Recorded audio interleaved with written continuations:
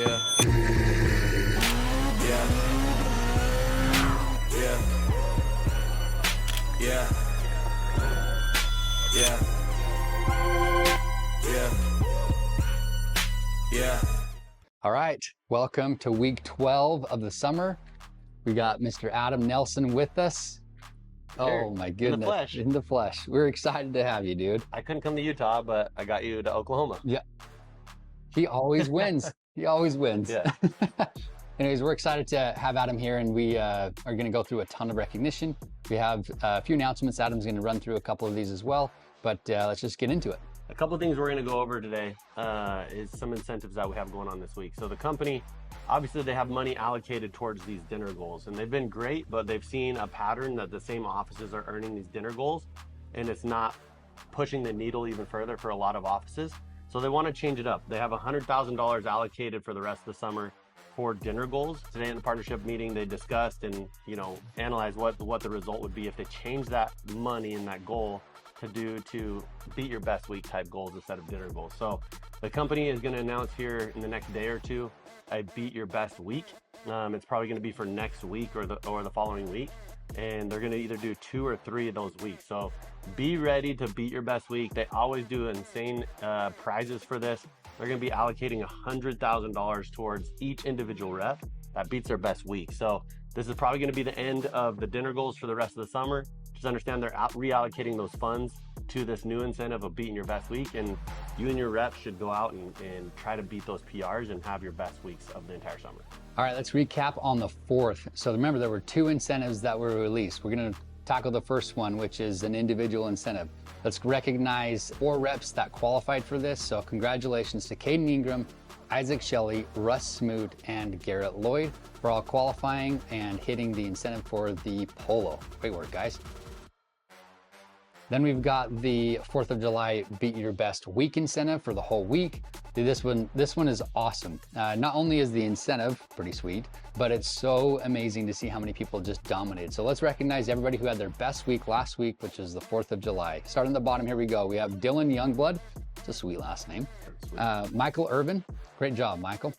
Matt Dunn with 7. Craig Hunnell with 6 FP. Great job.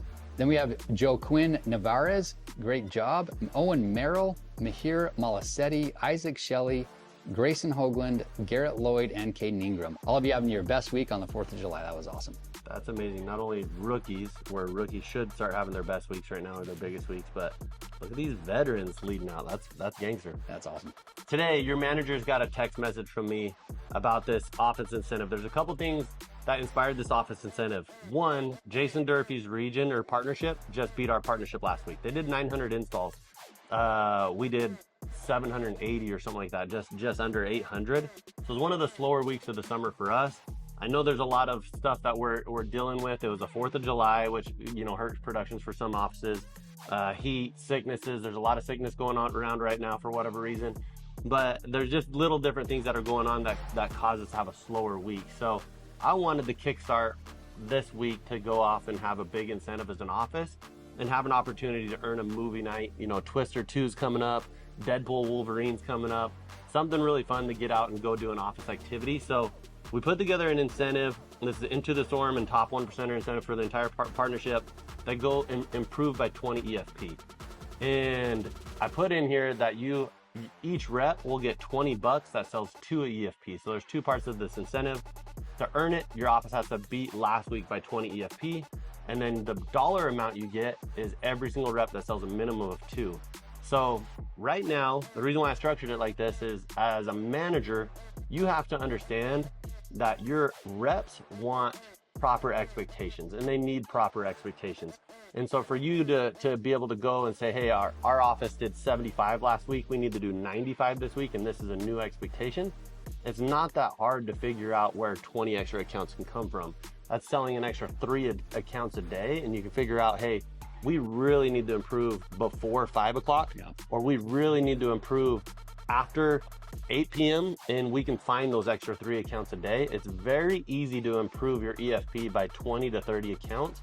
If you as a manager can really set proper expectations for your office and know exactly where we need to get improvement and what the minimum is we need to hit this week. This is typically part of the summer where if we're not at our goal by Wednesday, we need to do a full day on Thursday, because we are now trying to hit our higher pay levels at this point of the summer. We're not out here to just bed and breakfast and finish this thing out, coasting. We are here to hit our goals and hit our pay levels. And so as a manager, you need to set those proper expectations and track that with your office. And then as a rep, 2 EFP. If you didn't do 2 FP last week, you have to look yourself in a mirror and have an honest conversation. Is it my work ethic? Is it my training? Is it my focus? Is it, am I coasting? Whatever it is, you need to have a hard and honest conversation. If you're not doing 2 a week, I think it comes down to really your focus, and it comes down to your work ethic. You don't need more training at this point in the summer. You need more working. Be intentional with your goals. So Neil Rogers region is really interesting. At July 1st, they give everybody sell 2. This group will do 70,000 accounts this year. This is the largest group in Vivint. They say sell 2 or you go on probation for 1 week. If you don't do 2 again, you get sent home. This is a partnership level, execution. This is not an office by office. They will send home every single rep in July that can't do 2 within a 2-week period. They go on probation, and if they don't do 2 again, they get sent home. What's really ironic is they don't send a lot of reps home. Why do you think that is? The expectation. Expectations are set. I need to sell 2 or I'm in trouble. Like, there's going to be consequences where I go on probation, which means I have extra meetings with my manager. I ride in a special car group with my manager. I have to do certain things to get improvement and focus. And I'm on the board that I'm on probation in front of my whole office. Nobody wants to be on probation. But if you're on probation and you don't sell 2 again, now you get sent home. And it's funny, I did this all the time with my offices, and I had a cousin that he struggled to sell 2. Like, he was struggling by July, and he was pretty lazy rep, and he wasn't putting a lot of work. And I kept saying, Nick, you gotta sell 2 EFB or you're gonna go on probation. And sometimes he'd go on probation, but every single time he went on probation, he found a way to sell 2 the next week. And we got him to finish really strong in July and August because he had proper expectations. Nobody wants to get sent home. Yeah. And all of a sudden, everybody in the office starts selling 2. And guess what? Your office EFP goes up by 30, 40 accounts because we're getting 2 from every single rep, just with proper expectations. So managers and reps, use this incentive to get better this week. Be intentional with your goals, be intentional with your focus and your work ethic. This should be a very easy incentive for everybody to earn. All right, let's get into the Viper. Adam, we've got 1 team left in the Viper. Of course, it's Shreveport. Shreveport. They always compete. Dude, yeah, when it's on the line, they're gonna go make it happen. Compete, yeah. So last week they go out, they make it into the quarterfinals, and the quarterfinals they push. It's crazy. They end up tying Anchorage. Okay. And I think they had a little chip on their shoulder because Anchorage was where they were at last year, their old territory, and they'd end up tying. What the tiebreak ends up coming down to is rep score. And Shreveport's rep score was 387 to the 337 from Anchorage. Awesome. Dude, congratulations to you guys, Shreveport. Now, you guys are now going into the semifinals. You're going up against Corpus Christi this week. So you've really got to push hard to make it happen. We're excited to see you guys advance from the semifinals to the finals. We want to talk about you guys again next week. Let's go.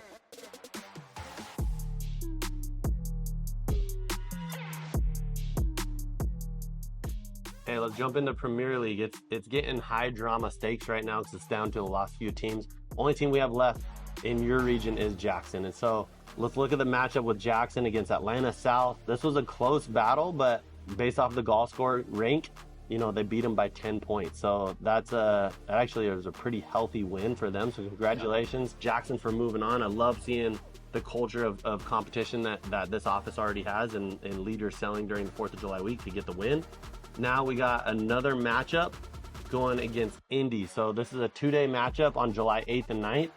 Jackson, led by Ben. I know you guys know how to compete. I know you guys know how to win. You've been part of that winning culture with NXT for a long time. I know Wyatt trained you guys right on how to compete and win. You guys know the formula. Let's go do it. Go perform. All right, we're gonna go through the dream team now. So last week we talked about as if the dream team was over, and I made a mistake.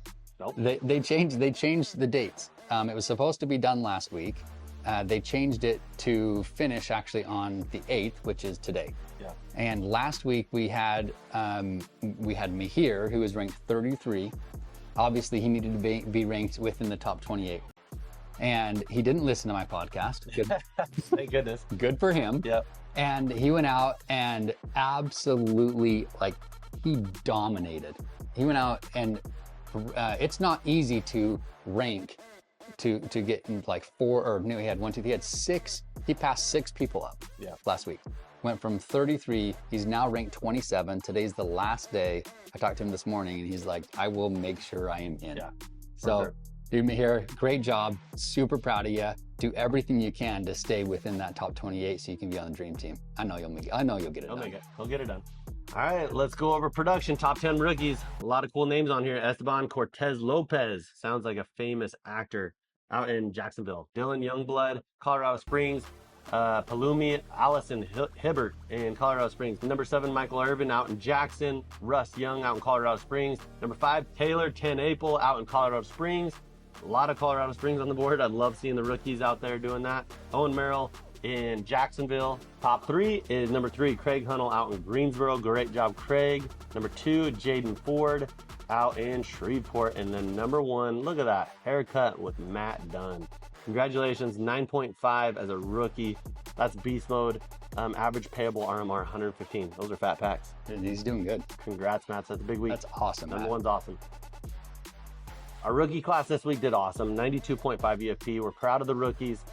They're carrying strong. This is where the rookies start to shine, is end of July all the way through August, and then into extension is where the rookies are gloves off, and it's a fair fight now between rookies and vets. Dude, massive performances from now to the end of summer. Yep. All right, let's get into the sophomores. Here we go. We've got number 10, Jason Hill, 4.3 out of Shreveport. Number 9, Julian Fort, 4.9 out of Jackson.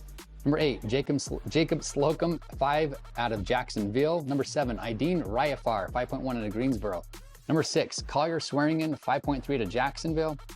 Number 5, Colin Melancon, 5.5 out of Shreveport. Number 4, Eduardo Pena, 5.7 out of Greensboro. And bringing in the top 3, we've got Ivan Rodriguez, 7.5 out of Colorado Springs. Great job, Ivan. That's awesome. Number 2, Isaac Shelley, 8.5 out of Jacksonville. Great job, Isaac.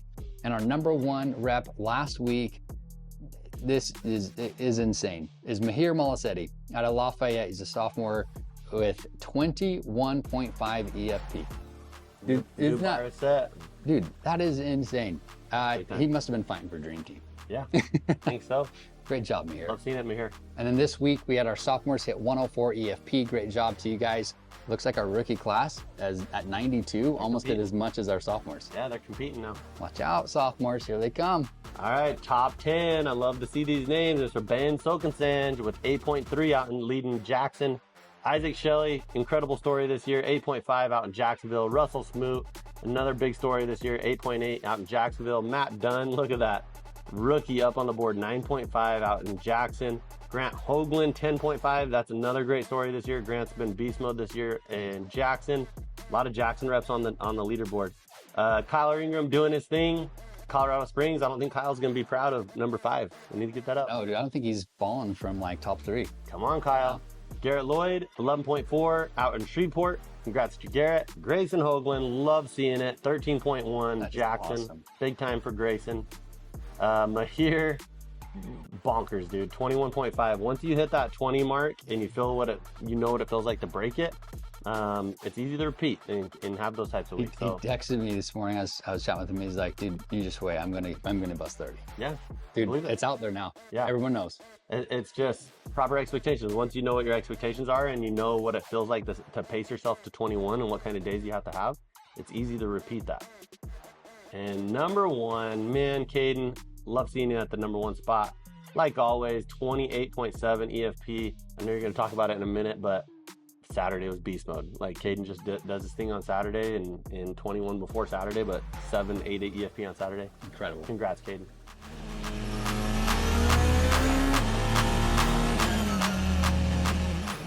All right, now for Saturday standouts, here we go. We had some good performances. You ready, Adam? Let's see it. All right. Last week we had Kyle Ingram, 3.7 EFP out of Colorado Springs. Great job, Kyle. Mahir, 3.9.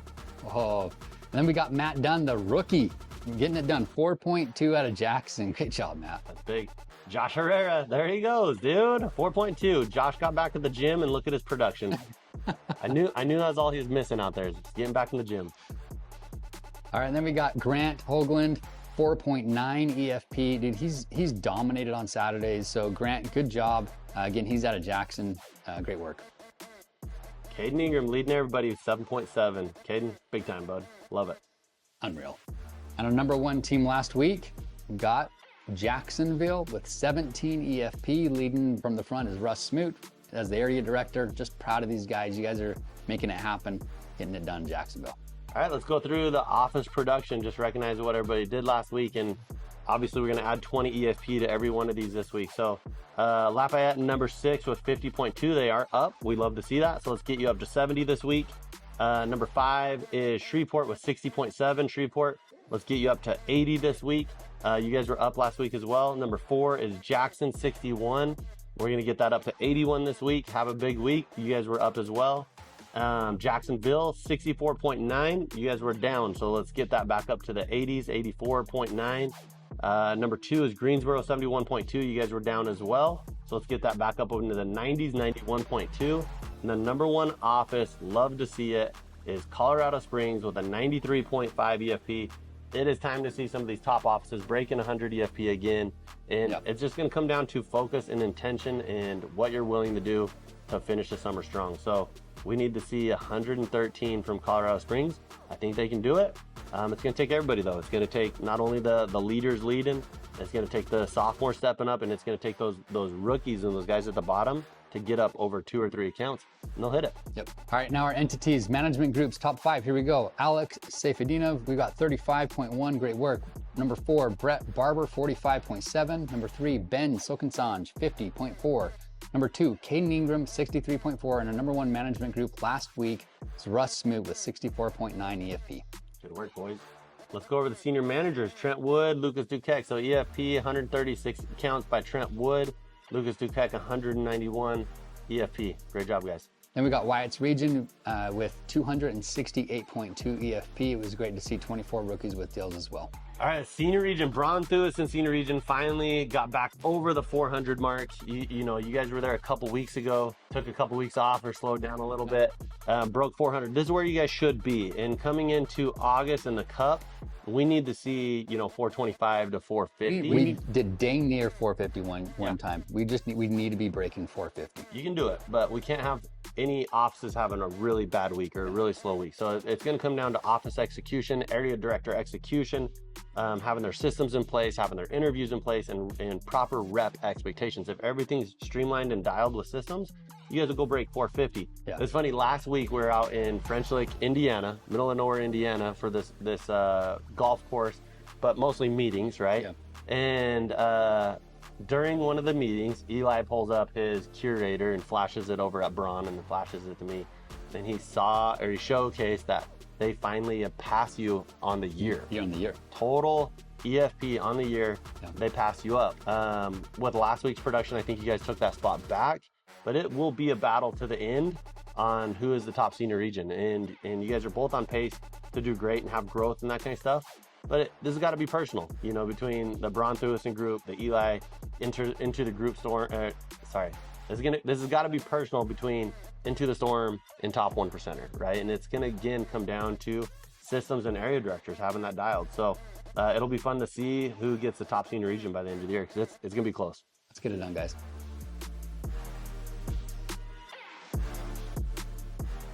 All right, now our favorite part of the podcast, the MVP. Adam is going to run through, we actually have 2, but Adam's going to run through our first one. We'll let him have it here. Who you got? Aqualoid, dude. Aqualoid, the guy that dominates in the rain. I love it. That's a great quality to have, to be known for being the hardest worker in the room or the most productive guy at a certain time of the year.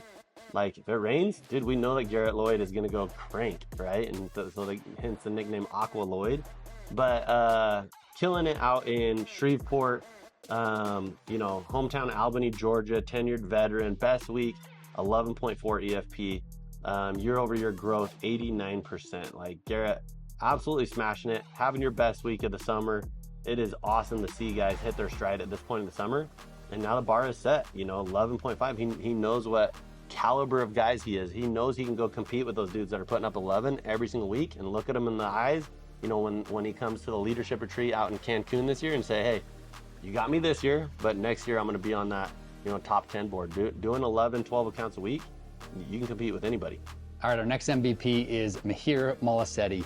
Mihir, you are dominating. We talked about you already a little bit on the podcast, but I've got to talk about this because you've done something that most people have not or are not willing to go do. But let's get into a little bit of the numbers. So you had your best week last week at 21.5 EFP, and then you had 16 of those 16 FP. Dude, that's amazing. You were the number one sophomore last week. Just to recap on the dream team, you are going to, by the time this podcast hits you, you will be in the top 28 and you're going to be in the dream team. So great job there. But this was what I thought was so amazing. So he messages me and Lucas, his manager, messages me. He's like, dude, he's been working full days like crazy. I was like, well, what does like crazy mean? So I message him and he's like, I've worked a full day every day for the past 3 weeks. 3 weeks. That's crazy. That is insane. And what's even crazier is that the second of those 3 weeks, he goes out and works full day and has his lowest production week of the summer at 8.8 EFP. Okay. Then the next week, which was last week, he doesn't let that get to him. I think most people would say, dude, I've been working full days. Yeah. It's 2 weeks now. I just had the lowest production. It's probably not full days. I can probably still do well working regular days if I'm not going to do well working full days, right? But no, he blocks that out, and Mihir goes and works full days again this past week and has the best week he's ever had at 21.5.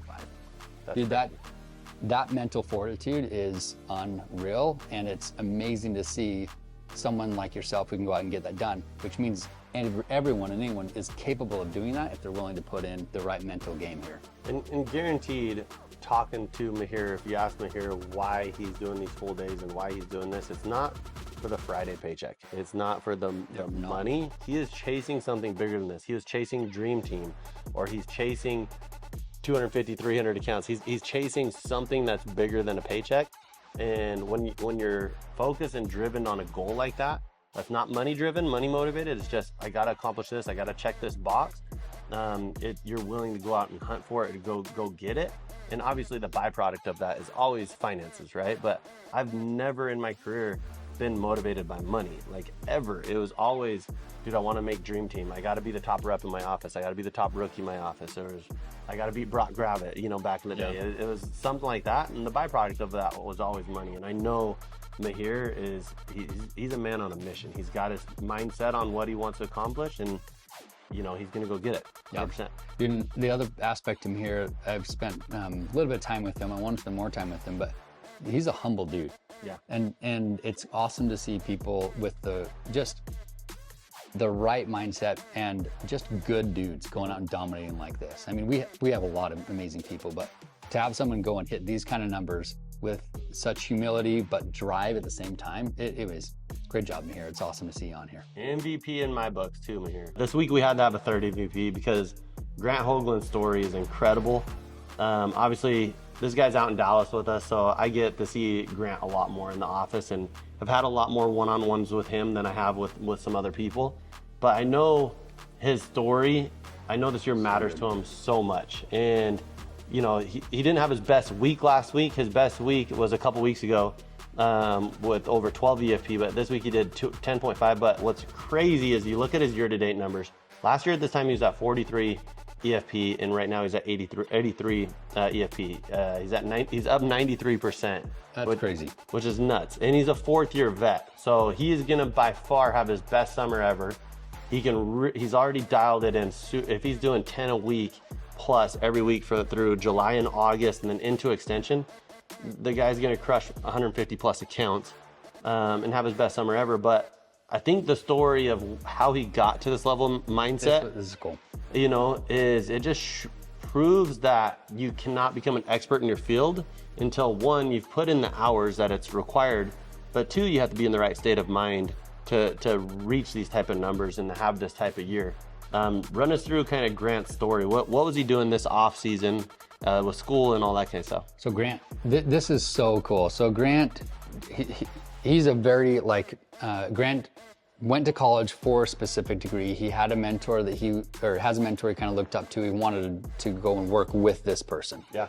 So, but in order to do that, he had to have a college degree. So he works for Vivint, does well while he's with us, but knows that, okay, now I want to go into the field that my degree is in. Yeah. So he goes and meets with his mentor and talks to him.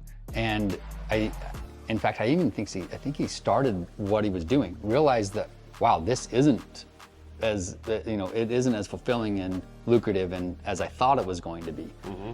And through a lot of like mental anguish, because we had a handful of calls with him, he decided to come back and work with Vivint.